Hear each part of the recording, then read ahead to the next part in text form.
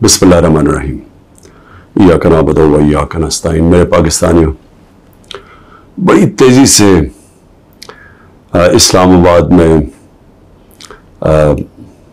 अदालत में मेरा तोशाखाना का केस चल रहा है। हुमायूं दिलावर साहब प्रेजाइड कर रहे हैं उसमें, और हमने कोशिश बड़ी की है कि chief justice Islamabad high court, और हम बड़ी देर से कोशिश कर रहे हैं कि वो हमारा केस ट्रांसफ़र करें हुमायूं दिलावर से, क्योंकि ये हक होता है एक जो हर शख्स का, इसका हमें आइन, हमारा कानून हक देता है कि अगर हमें एक इत्मीनान एक जज पे नहीं होता तो हमारा हक होता है कि हम अप्लाई करें कि हमारा केस ट्रांसफ़र कर दें। और ये हमने तब से किया था, ये मैंने कल भी बात की, मैं फिर भी आपको बता दूं कि जब मुझे गैर आईनी और कानूनी तौर पर उठाया गया इस्लामाबाद हाई कोर्ट से और मुझे पुलिस लाइंस में रखा गया, तो उधर एकदम पता चला कि हुमायूं दिलावर साहब ने अदालत गाली और मुझे तलब कर लिया तोशाखाना केस पे। ना मेरा वकील, ना मुझे पता है किसी चीज का, और उस केस में फिर फर्द जुर्म लगा दिया। कानून तो यह है कि मुझे बता के लगाना चाहिए था, बताए बगैर लगा दिया। तो हमें तब ही समझ आ गई कि ये हमें इंसाफ नहीं मिलेगा। तो उसके अगले दिन हमने तब से अप्लाई किया इस्लामाबाद हाई कोर्ट में ट्रांसफर का। अब मैं बात कर रहा हूं 12 मई को, ये तकरीबन अब समझ लें कि 3 महीने गुजरने लगे। तब से अप्लाई किया हुआ है और कोशिश करते गए कि हमारा केस इस अदालत से निकाला जाए।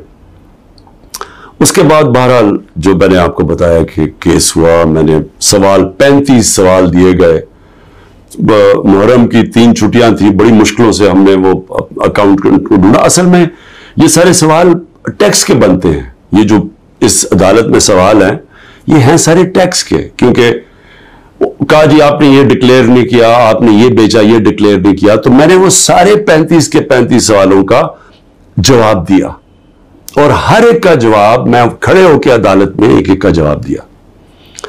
तो वो जो एक जगह, और इन्होंने सरकारी 2 गवाह पेश किए। अब सरकारी गवाह क्या उन्होंने गवाही देनी थी, तो हमने कहा क्योंकि वो जो जवाब हैं उसके लिए मेरे अकाउंटेंट की जरूरत है, क्योंकि एक 40 साल से मेरे अकाउंटेंट वही फर्म है।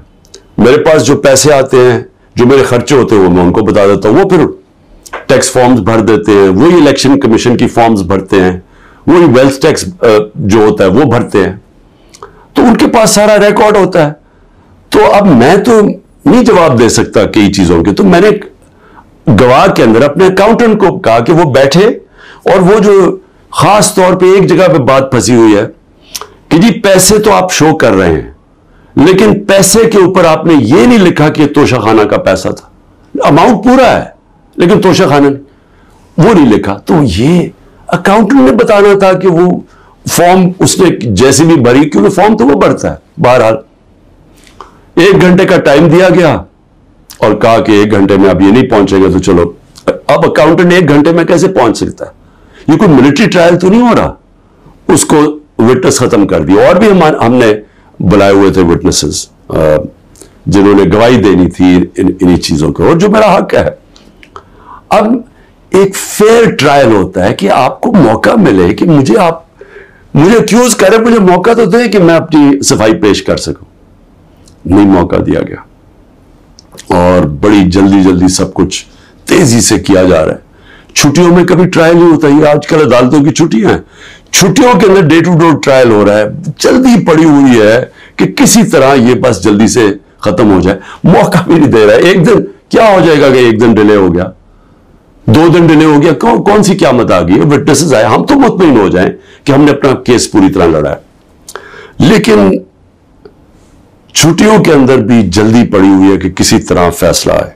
हालांकि हम सुप्रीम कोर्ट में भी हैं, और इस्लामाबाद हाई कोर्ट से मुझे कहना पड़ता है कि मैं काफी मायूस हूं कि वो ना फैसला करते हैं, वो खींचते भी जाते हैं, वो पूरा मौका दे रहे हैं कि ये जब फैसला आ जाए, यानी अगर हमने ट्रांसफर का इतनी देर अप्लाई किया हुआ तो कम से कम फैसला तो करें, वो करते भी नहीं। बहरहाल वहां भी उनको भी मैंने कहा, बड़ी देर का कहा हुआ है कि हमें chief justice Islamabad high court पे मुझे कोई इत्मीनान नहीं है।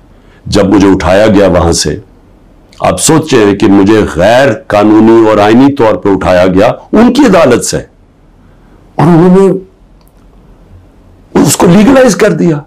यानी असल में तो उनको इलीगल करना चाहिए था, सुप्रीम कोर्ट को तो जाने की नौबत नहीं होनी चाहिए थी। उनकी अदालत में बैठा हूं, शीशे तोड़ के, डंडे मार के, वकीलों को मार के, वो बेचारा रजिस्ट्री स्टाफ उनको डंडे मार के, और मुझे घसीट के ले गए वहां से इनकी अदालत से, और चीफ जस्टिस ने कुछ भी नहीं किया, बल्कि उसको जायज करार दे दिया गया।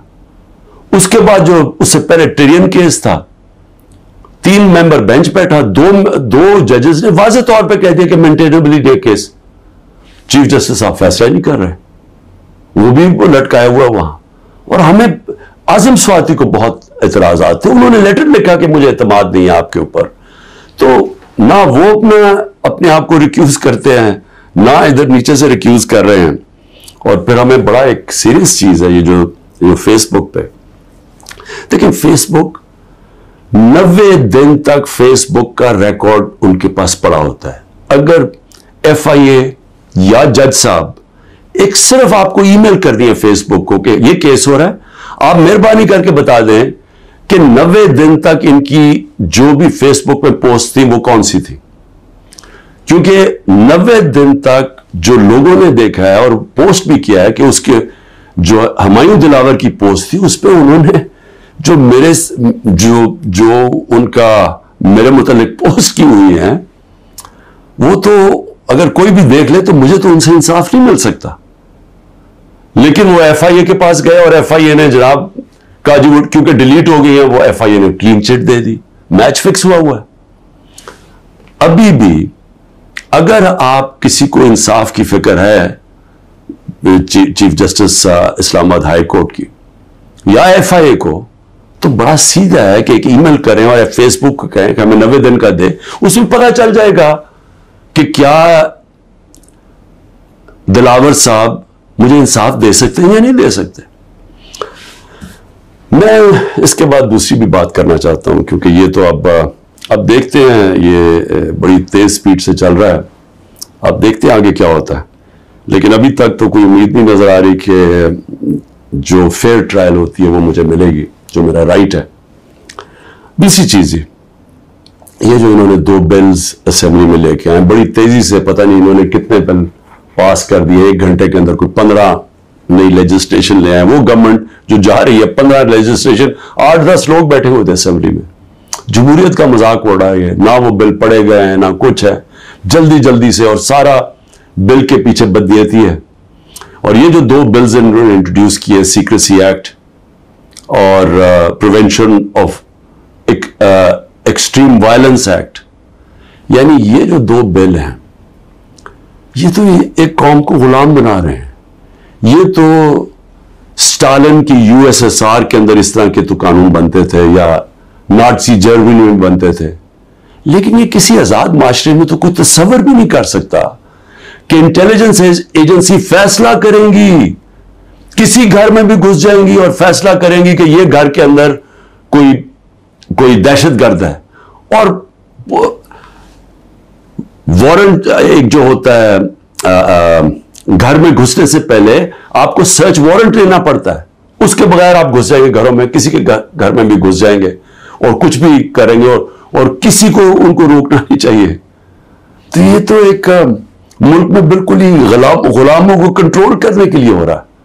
फिर सीक्रेसी है, एक और एक्ट ले आए हैं कि आप किसी भी अगर कोई इंटेलिजेंस एजेंसीज का कोई आदमी है, उसका आप नाम भी नहीं ले सकते। अगर आपने नाम ले लिया तो वो आप कोई स्टेट से गद्दारी कर देंगे, सेडिशन है वो।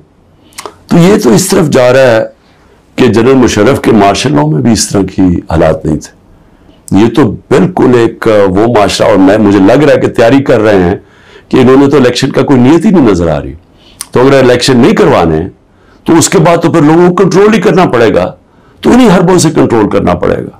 और मुझे जो खौफ आ रहा है, मैं आखिर में सिर्फ ये बात करना चाहता हूं कि इस वक्त जो पख्तूनख्वा है उसकी हमें फिक्र करनी चाहिए, क्योंकि उनकी कोई अपनी इलेक्टेड गवर्नमेंट नहीं है। इस वक्त उन लोगों को ऊपर मुसल्लत कर दिया है जिनकी कोई कानूनी हैसियत नहीं है, और वो जो वहां कर रहे हैं, जिस तरह की करप्शन हो रही है और जिस तरह का वहां वो सूबा आहिस्ता आहिस्ता वहां दहशतगर्दी बढ़ती जा रही है, लाकानूनियत बढ़ती जा रही है, तो वो तो लोगों को पहले नौजवान वहां सारे कबायली इलाके का जो जिस तरह की तबाही मची थी, जो जिस तरह की कत्लो गारत हुई है कबायली इलाके में, ड्रोन अटैक से, मिलिट्री ऑपरेशंस, ऊपर से तालिबान एक तरफ, वो दूसरी तरफ फौज, तो वो जो लोगों से हुआ, जिस तरह की तबाही मची वहां, तो वो तो उसी से अभी निकल रहे हैं। तो अगर ये उसी तरफ चला गया फिर से, तो मुझे तो समझ नहीं आ रही कि क्या जो इस वक्त फैसले कर रहे हैं इस मुल्क के, क्या उनको अंदाजा है कि नीचे ग्राउंड के ऊपर किस तरह का गुस्सा उठ रहा है?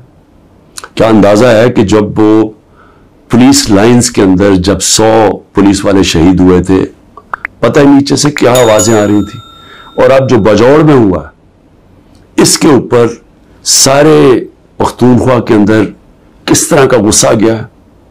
क्या किसी को अंदाजा है कि ये किस तरफ जा सकता है? और मैं इसलिए कह रहा हूं कि बहुत जरूरी है, एक ही तरीका है कि ये जो नीचे ग्राउंड के ऊपर गुस्सा है, ये तब निकलते जब इलेक्शंस करवाते हैं। इलेक्शंस में लोगों का गुस्सा निकल जाता है, और फिर एक जब मुंतखब गवर्नमेंट आती है, लोग उम्मीद लगा लेते हैं, और होता क्या है कि वो जो सारा टेम्परेचर है वो नीचे आ जाता है, स्टेबिलिटी आ जाती है, इस्तेकाम आ जाता है मुल्क में। तो ये जो दूसरी तरफ अभी कोशिशें हो रही हैं, जो लोग इस मुल्क में जिनका जीना मरना है, उनको खौफ आना शुरू हो गया। जो 12 लाख यहां से प्रोफेशनल्स छोड़ के गए हैं और जा रहे हैं, आज हमें समझ आना चाहिए कि उनकी उम्मीद खत्म हो गई है। यह सबसे खतरनाक चीज है कि एक माशरे में लोगों की उम्मीद चली जाए।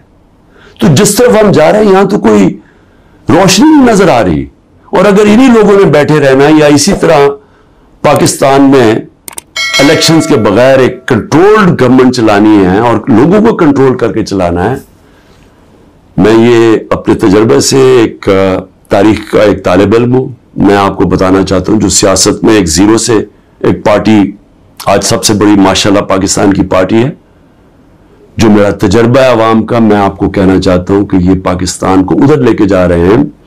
जो लोग समझ रहे हैं कि वो डंडे के जोर से इस मुल्क को कंट्रोल कर लेंगे, वो समझते नहीं है, अवाम की सोच नहीं समझते, ना वो तारीख जानते हैं, ना वो पॉलिटिक्स समझते हैं, और वो पाकिस्तान के लिए बहुत बड़ा खतरनाक अंधेरे की तरफ हम लेके जा रहे हैं। पाकिस्तान